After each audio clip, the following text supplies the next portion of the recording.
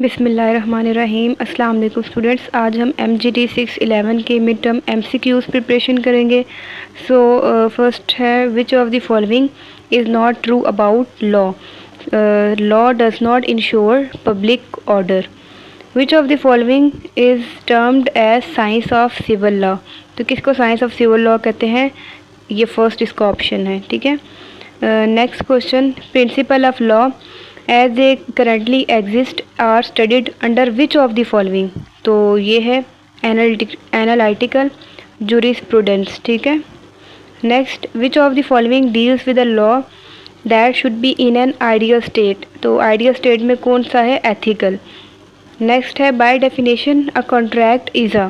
Contract क्या होता है? Both an agreement and a legal obligation. According to section 2E of Contract Act, every promise and every set of promise forming the consideration for each other is an agreement. Which of the following statement is true about imperative law? Imperative law में ये सारी चीज़ें होंगी। General rule has some authority behind it, enforced by superior person। तो इसका option है all of the above। Next है, divine law is imperative law on the basis of which of the following statement. तो इसकी statement भी ये सारी हैं, ठीक है। Divine law is enforced by a superior authority. Following divine law is compulsory on everyone.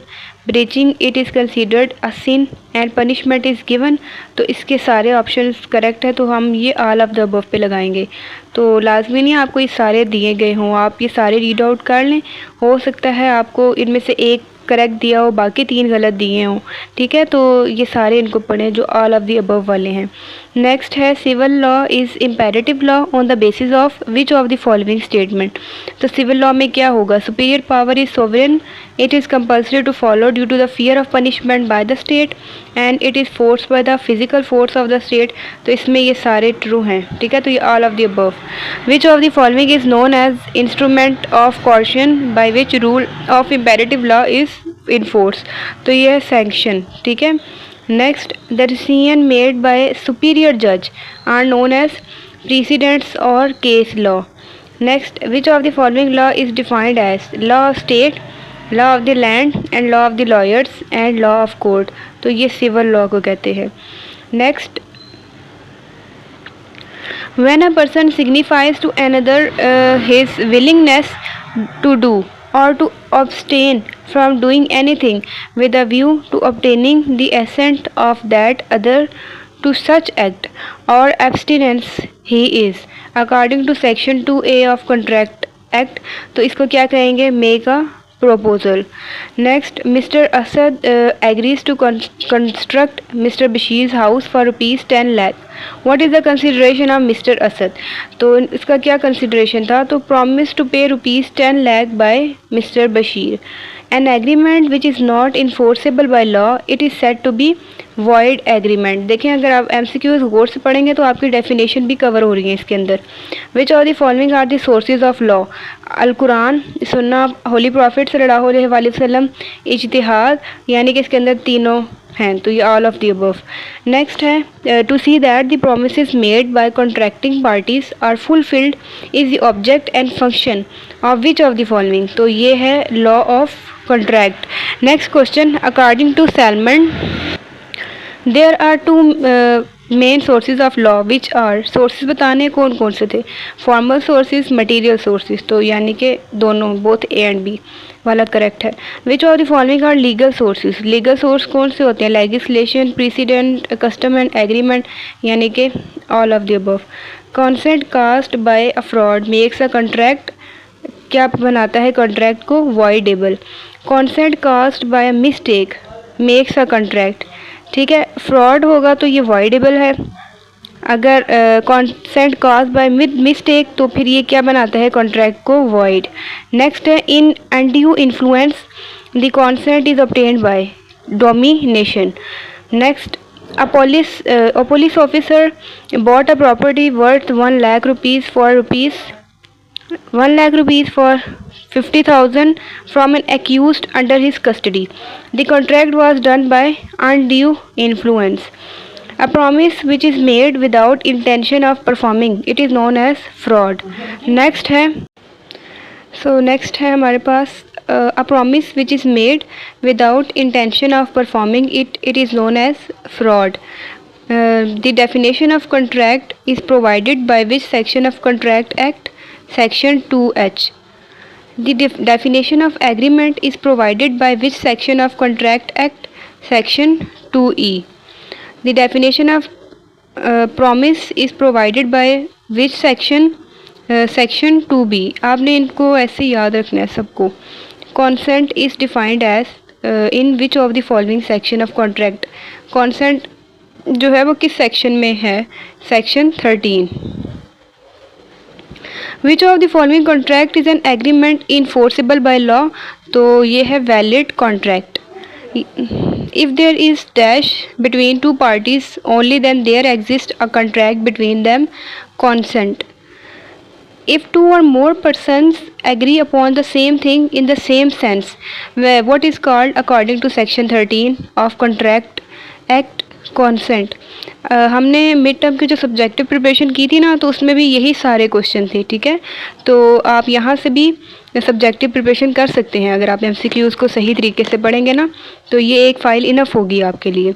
Consent is said to be a free consent if it does not caused by coercion, undue influence, misrepresentation. So इसमें ये तीनों शामिल हैं. A contract in which there is no consent at all shall be void contract.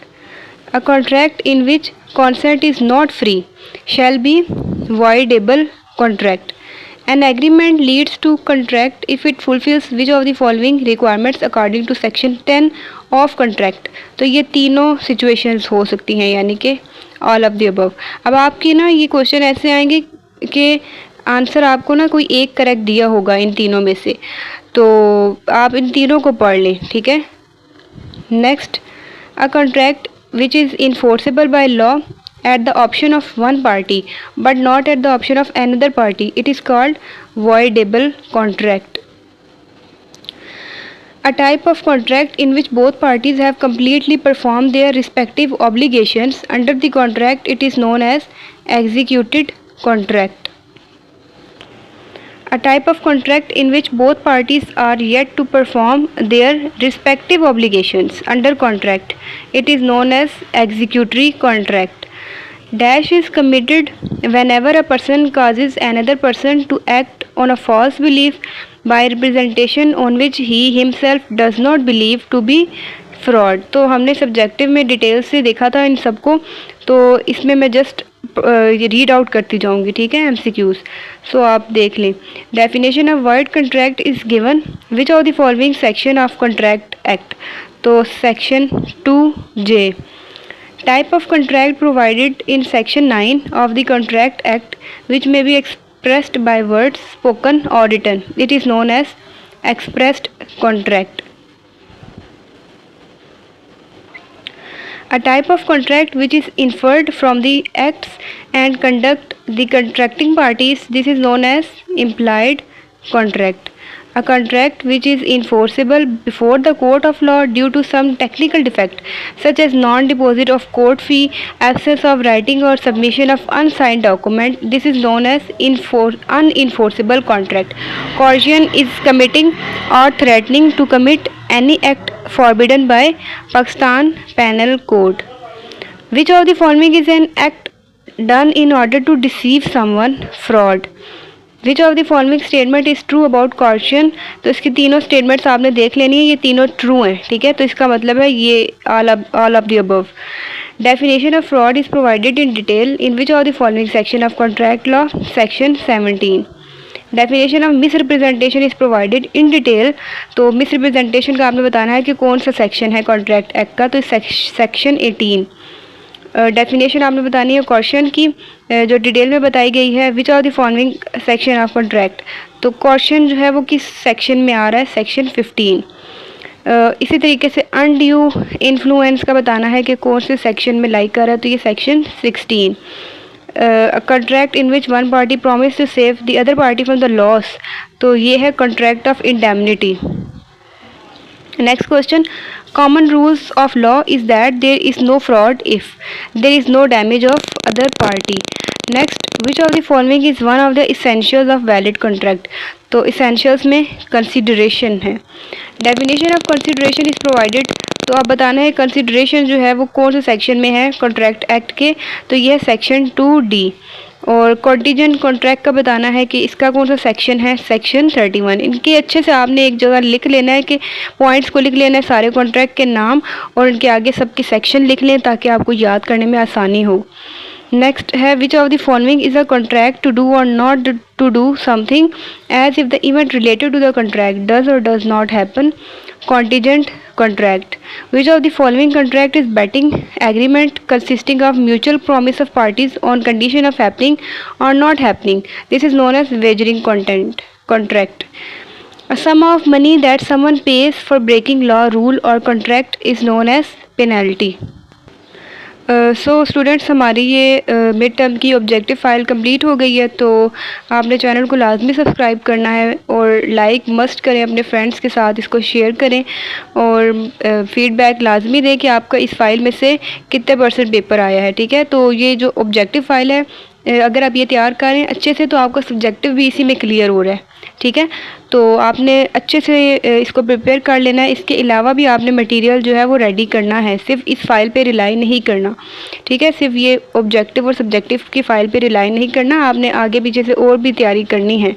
Preparation अच्छी सी करें और लाजमी आपने फ़ीडबैक देना है और कमेंट करें कि आपको कौन सी और फाइल्स चाहिए, तो फिर मैं वो आपके लिए रेडी कर लूँगी. ठीक है, thank you so much for watching.